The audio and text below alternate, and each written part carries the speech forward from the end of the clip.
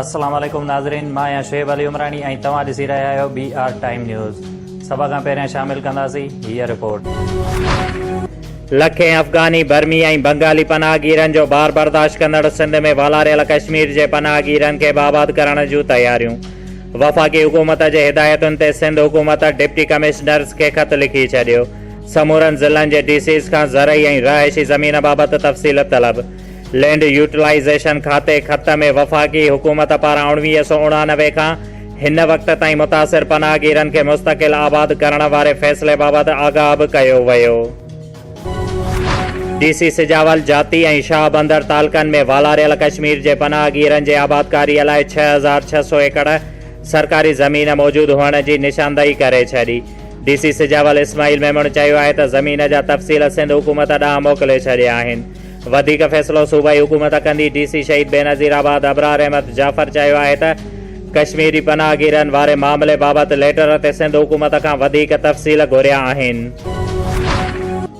People's Party MNA Ayaz Shah Shirazi Sujawal में वालारियल कश्मीरियुनि जे शहरनि खे ज़िले में आबाद करण जी मुखालिफ़त करे छॾी। फ़ैसिले ख़िलाफ़ मुज़ाहिमत करण जो बि ऐलान। अयाज़ शाह शिराज़ीअ चयो आहे त कश्मीरियुनि जा मुखालिफ़ न आहियूं, पर खेनि ॿियनि सूबनि में बि आबाद कयो वञे।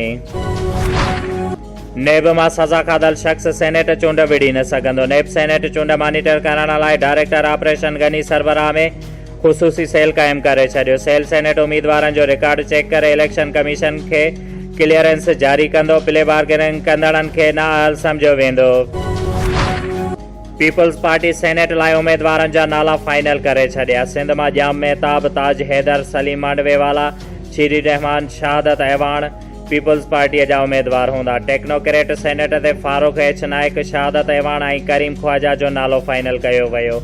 औरतुनि जी मख़सूस सीटुनि ते पलवा शाह खान ऐं खैरुन्निसा मुग़ल उम्मीदवार हूंदा। रुखसाना शाह कवरिंग उम्मीदवार हूंदी। पंजाब जे जनरल सीट ते अज़ीमुल हक मनहास ऐं KPM मां फरातुल्ला बाबर उम्मीदवार हूंदा। इस्लामाबाद मां यूसुफ रज़ा गिलानी उम्मीदवार नामज़द। अॻूणे वज़ीर अज़म खे PDM उम्मीदवार बणाइण जी बि तजवीज़। पंजाब जे शहर डिस्का में नंढी चूंड लाइ मुहिम हलाईंदड़ नून लीगी अॻवान अता तारड़ पुलिस हथां गिरफ़्तार ऐं आज़ाद। मरियम नवाज़ चयो आहे त अता तारड़ जी गिरफ़्तारी ऐं आज़ादीअ मां हुकूमती परेशानी ज़ाहिर थिए थी। जेको वणियो सो कयो, पर हाणे तव्हांखे वञिणो ई पवंदो। अता तारड़ खे गिरफ़्तार नाहे कयो वियो। हुन सस्ती शोहरत हासिल करण लाइ ड्रामो रचायो। पंजाब जे वॾे वज़ीर जे ख़ासि मुआविन फिरदौस आशिक़ अहवान चयो आहे त पुलिस जलसे खां पोइ आबिद रज़ा जी गाॾीअ खे रोकियो। अता तारड़ पुलिस मोबाइल वैन में वेही वीडियो रिकॉर्ड कराए गिरफ़्तारीअ जो ड्रामो रचायो। नेब चेयरमैन जो किरदारु तकरारी आहे, जंहिंखे एस्टेब्लिशमेंट अपोज़िशन ख़िलाफ़ इंतकामी कार्रवायुनि लाइ इस्तेमालु करे रही आहे। PDM सरबराह मौलाना फज़लुर रहमान चयो आहे त PTI खे ख़दशा आहिनि त सेनेट चूंडुनि में संदसि ई मेंबर वोट न ॾींदा, जंहिं करे वज़ीर आज़म ओपन वोटिंग जी वावेला करे पियो। सिंध हाई कोर्ट जे चीफ जस्टिस सेवण में नारीअ सां ज़्यादती इल्ज़ाम हेठि आयल सिविल जज इम्तियाज़ भुट्टो खे बरतरफ़ करे छॾियो। चीफ जस्टिस नारी सलमा बिरोईअ सां ज़्यादतीअ जे इल्ज़ाम हेठि आयल जज खे बरतरफ़ कयो। नोटिफिकेशन जारी। सिविल जज इम्तियाज़ भुट्टो ते पसंदि जो परणो कंदड़ नारी साणसि ज़्यादती करण जो इल्ज़ाम लॻायो हुयो। सिंध में कोरोना वायरस विघे वधीक 16 ॼणा हयातियूं विञाए वेठा। 371 नवां केस ज़ाहिर। कोरोना मुतासिर 87 मरीज़नि जी हालत ॻणती जोगी। 63 मरीज़ वेंटिलेटर ते आहिनि। कराचीअ में 172 ऐं हैदराबाद में 32, मटियारीअ में 17 ऐं नवाबशाह में 15 नवां केस ज़ाहिर। नवाबशाह जे पीपुल्स मेडिकल अस्पताल जे ऑपरेशन थिएटर भरिसां गंद जे ढेर खे बाहि लॻी वई। वाक़े जे इतलाह ते फायर ब्रिगेडियर अमलो पहुची वियो। बाहि विसाइण जूं कोशिशूं। ऑपरेशन थिएटर में पियल गैस सिलेंडर खे ॿाहिरि कढियो वियो। मरीज़ ख़ौफ़ में वार्डन खां ॿाहिरि निकिरी आया। हाला मां हथ आयल नौजवान जे वारसनि आपघात वारे इम्कान खे रद्द करे छॾियो। क़त्ल करण जो ख़दशो ज़ाहिर। क़ौमी शाहराह ते लाश रखे धरणो। वारसनि जो चवणु आहे त नौजवान खे क़त्ल करे हथ पेर ॿधी लाश वण में टंगियो वियो आहे। क़त्ल में मुलविस जवाबदारनि खे गिरफ़्तार कयो वञे।